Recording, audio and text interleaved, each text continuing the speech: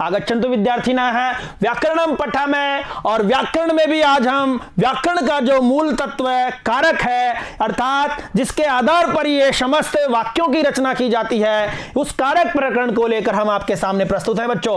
और कारक में आज हम उसके भाग फर्स्ट यानी भाग पहले की चर्चा करेंगे प्यारे बच्चों।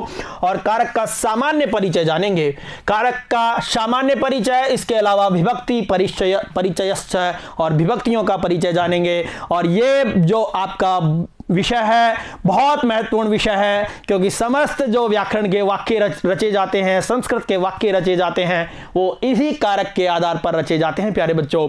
ये जिसने समझ लिया, कारक जिसने समझ लिया, उसको अनुवाद में कोई दिक्कत नहीं होती है, विभक्तियों में कोई दिक्कत नहीं होती है। तो आइए इस महत्वपूर्ण विषय का हम तन्मयता के साथ में अध्ययन करते हैं। आप अपने कॉपी और पेन जो नोटबुक है उसको आप साथ में रख सकते हैं, महत्वपूर्ण विषयों को नोट कर सकते हैं प्यारे बच्चों।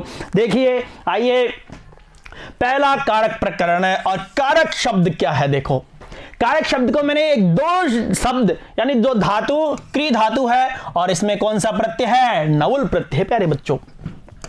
क्री धातु में नवुल प्रत्यय जब हम करेंगे तो रूप और नवुल का ल और न का लोप हो जाता है। क्री प्लस वू, और कौन से सूत्र से होता है? नवुल त्रचौ, नवुल त्रचौ। ये मैंने यहां नहीं लिखा, लेकिन आपको मैं समझा दूं, सामान्य बुनियादी जानकारी है उसको मैं नवुल त्रचौ से, और इससे क्या हुआ? नवुल प्रत्यय हुआ। और इस बू का क्या होगा? अक हो गया यहां योरनाको सूत्र से। कौन से सूत्र से? योरनाको को सूत्र से क्या हो गया? अक हो गया। कि क्रीक में आर वृद्धि हुई, आर वृद्धि हुई, वो का अक हुआ और रूप क्या बनेगा? कारक, कारकम, कारकः। तो और आगे मैंने इसकी परिभाषा दी है, क्रियाजनकत्वम कारकत्वम, यानी क्रिया के जनक को क्या कहते हैं? कारक कहते हैं। क्रियाजनकत्वम कारकत्वम और क्रियाम करोति इति कारकम, क्रिया को जो करता है वो क्या कहलाता है? कारक कहलाता है। क्रिया अन्वयित्वम कारकत्वम, और क्रिया से जो अन्वित होता है वही क्या कहलाता है? कारक कहलाता है। क्रिया निष्पादकत्वम कारकत्वम, और क्रिया को जो निष्पादित करता है वही क्या कहलाता है? कारक कहलाता है प्यारे बच्चों। कारक की मैंने 4-5 बातें बता दी अब तक कि क्री में नवुल प्रत्यय जब हम करेंगे तो कारक बनता है। नवुल त्रचो से नवुल प्रत्यय हुआ और नवुल का क्या बचा? उ बचा। योरनाको से अक हुआ और रूप क्या बना? कारक बना। और क्रिया के जनक को क्या कहते हैं? कारक कहते हैं। क्रिया को करने वाले को क्रियाम करोति, उसको कारक कहते हैं। इसके अलावा क्रियान्वयित्वम, क्रिया से जो अन्वित होता है वो कारक कहलाता है। इसके अलावा क्रिया निष्पादकत्वम कारकत्वम, और क्रिया के निष्पादन करने वाले को क्या कहते हैं? कारक कहते हैं प्यारे बच्चों। तो वाक्यों में जिन जिन तत्व घटकों का क्रिया के साथ क्रिया निष्पादकत्वम कारकत्वम, यानी जिनके साथ में जिन जिन तत्वों का क्रिया के साथ में वो होता है वही क्या कहलाता है? कारक कहलाता है। सीधा अन्वय होता है वे कारक कहलाते हैं, अर्थात क्रिया को संपादित करने वाले तत्व कारक कहलाते हैं प्यारे बच्चों। समझ में आ गई होगी। आगे देखते हैं, जो क्रिया के साथ संबंध को प्राप्त करता है वही कारक है, और जो क्रिया के साथ संबंध को प्राप्त करता है वही क्या कहलाता है? कारक कहलाता है प्यारे विद्यार्थियों। तो ये कारक सामान्यतः 6 प्रकार का है। ये बहुत महत्वपूर्ण बात है। कारक कितने प्रकार का होता है? 6। तो इस आज के बाद में आप जहां भी ये प्रश्न आता है तो आप संस्कृत में कितने कारक बताओगे? 6। और कर्ता कारक, कर्म कारक, करण कारक, संप्रदान कारक। अगला आप समझ रहे होंगे संबंध आना चाहिए, लेकिन संबंध कारक नहीं होता है, अपादान और अधिकरण। तो इस प्रकार से कितने कारक हो गए? 6। कर्ता, कर्म, करण, संप्रदानम, अपादानम। और इसका मैंने श्लोक भी दिया है। श्लोक क्या कहता है?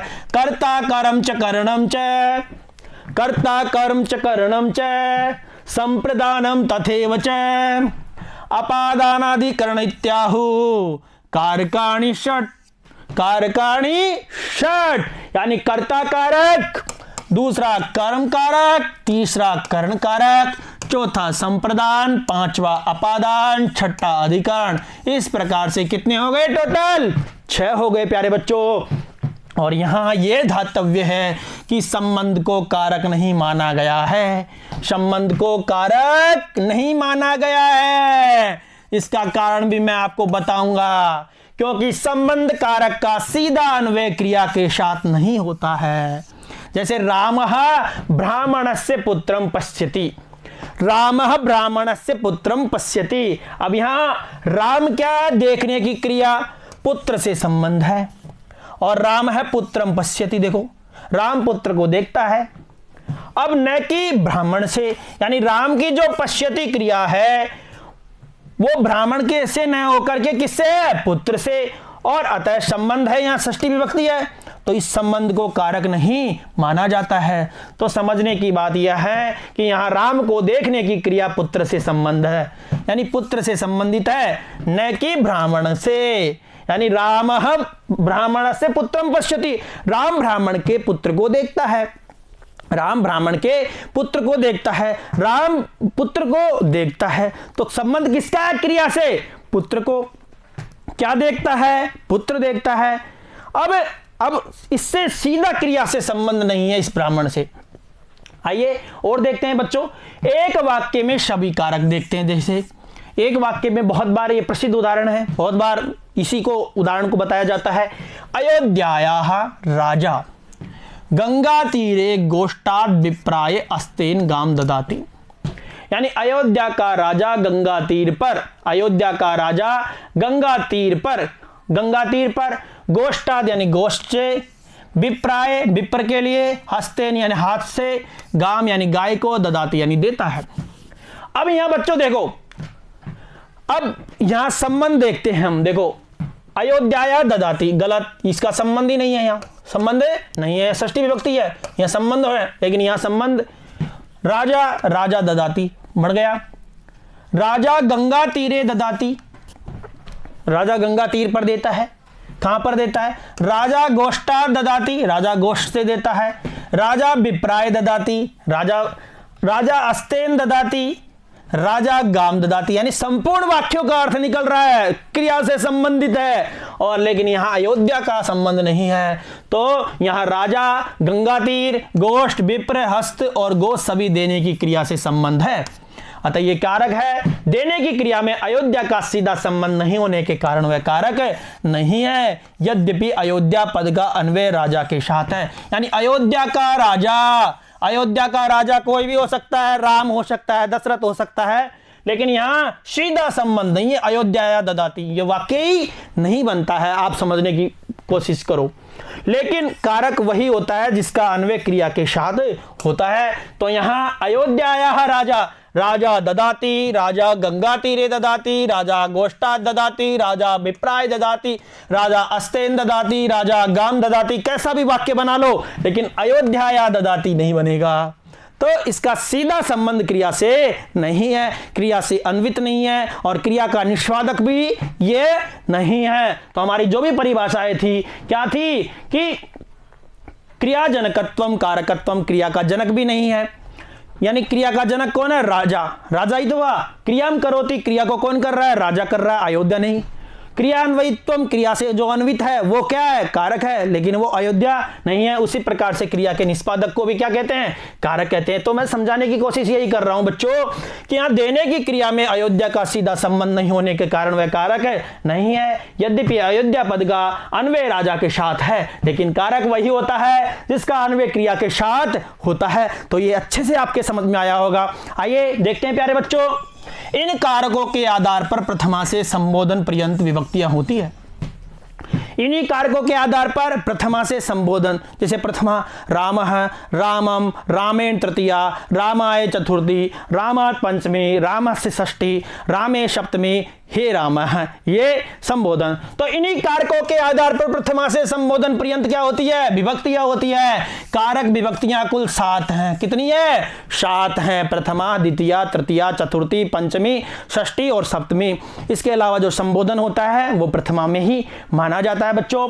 भी और विभक्ति, जो ये शब्द है ना, इन्हीं कारकों के आधार पर विभक्तियां, और ये विभक्ति जो मूल शब्द है वो कैसे बना, देखो, भी बजे प्लस इक्तेन इसी से ये बना है प्यारे बच्चों।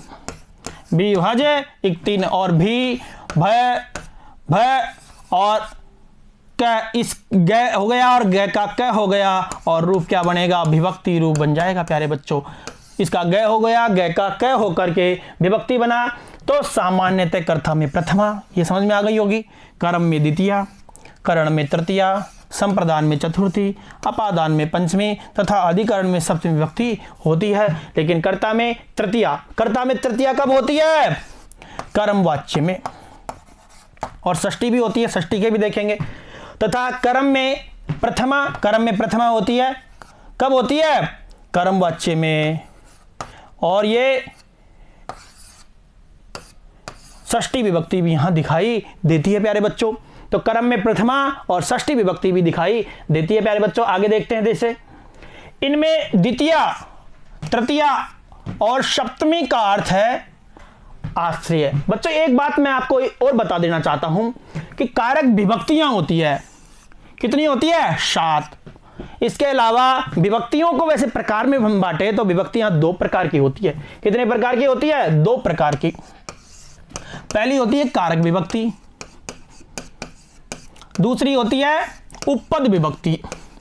कितनी होती है, कारक विभक्तियां तो 7 होती है जो हमने इसमें बता दिया। इसके अलावा उपपद विभक्तियां जैसे होती है किसी पद को आधार मान करके कोई विभक्ति होती है ना, जैसे अभित, परित, समय, इनके योग में द्वितीया। तो यहाँ पद है जैसे अभित, अभित को आधार पर यहाँ कौन सी विभक्ति होगी, द्वितीया होगी। तो विभक्तियों के वैसे 2 प्रकार होते हैं, उसमें कारक विभक्ति और उपपद विभक्ति। तो मैंने यहाँ बताया कारक विभक्तियां कुल कितनी होती है, 7 होती है। आइए उसी को आगे बढ़ाते हैं। तो इनमें द्वितीया, तृतीया एवं सप्तमी विभक्ति का क्या अर्थ होता है, आश्रय, यानी आश्रय लेकर। पंचमी विभक्ति का अर्थ होता है अवधि, अवधि, मैं इसको समझाऊंगा जब पढ़ाऊंगा जब और। तथा चतुर्थी विभक्ति का अर्थ होता है उद्देश्य होता है। रामः फलाय गच्छति, फल के लिए जाता है, उद्देश्य हो गया। क्या उद्देश्य हो गया, फलाय। तो बाल मनोरमा में हेतु को भी 7वां कारक माना गया है। पाणिनि ने अष्टाध्यायी में कारकों का अधोलिखित क्रम रखा है, जो मैं बता रहा हूं बच्चों। पहला कारक होता है वहां अपादान, संप्रदान, करण, अधिकरण, कर्म, कर्ता। तो इस प्रकार से वहां पाणिनि ने अपनी अष्टाध्यायी जो ग्रंथ है यानी 8 अध्याय वाली, उसमें पाणिनि जी का व्याकरण का मूल ग्रंथ है बच्चों, उसमें अपादान, संप्रदान, करण, अधिकरण, कर्म और कर्ता, इस प्रकार का क्रम है। अपादान का अर्थ होता है जो सूत्र है, ध्रुवम पाए अपादानम कर्मणा यमभिप्रति स संप्रदानम, संप्रदान का शादकतमम करणम, और अधिकरण का आधारो अधिकरण, कर्तुरीप्सितमम कर्म, स्वतंत्र कर्ता। अतः इनमें पूर्व कार्य के प्रति पर कार्य बाद वाला कार्य होने को देखने हेतु इस क्रम का ज्ञान आवश्यक है। इनके चिन्ह है, ये संकेत है कि ये सूत्र किस में है, उसके नंबर है, तो इसको ज़्यादा दिक्कत नहीं होनी चाहिए आपको। इस प्रकार से जो हमारा ये भाग है बच्चों, इसमें हमने कारक के बारे में जाना, सामान्य परिचय जाना, कारक विभक्तियों के बारे में जाना, और किस प्रकार से कितने कारक होते हैं और क्रिया से जो अन्वित होते हैं उनको कारक कहते हैं। कारक की हमने परिभाषा जानी, कारक की उत्पत्ति किस प्रकार से होती है उसके बारे में जाने, और अगले भाग में हम प्रथमा विभक्ति कर्ता कारक के बारे में अध्ययन करेंगे। तो ये भाग आपके अच्छे से समझ में आया होगा, इसी आशा और विश्वास के साथ धन्यवाद। पुनर्मिलामः, नमो नमः।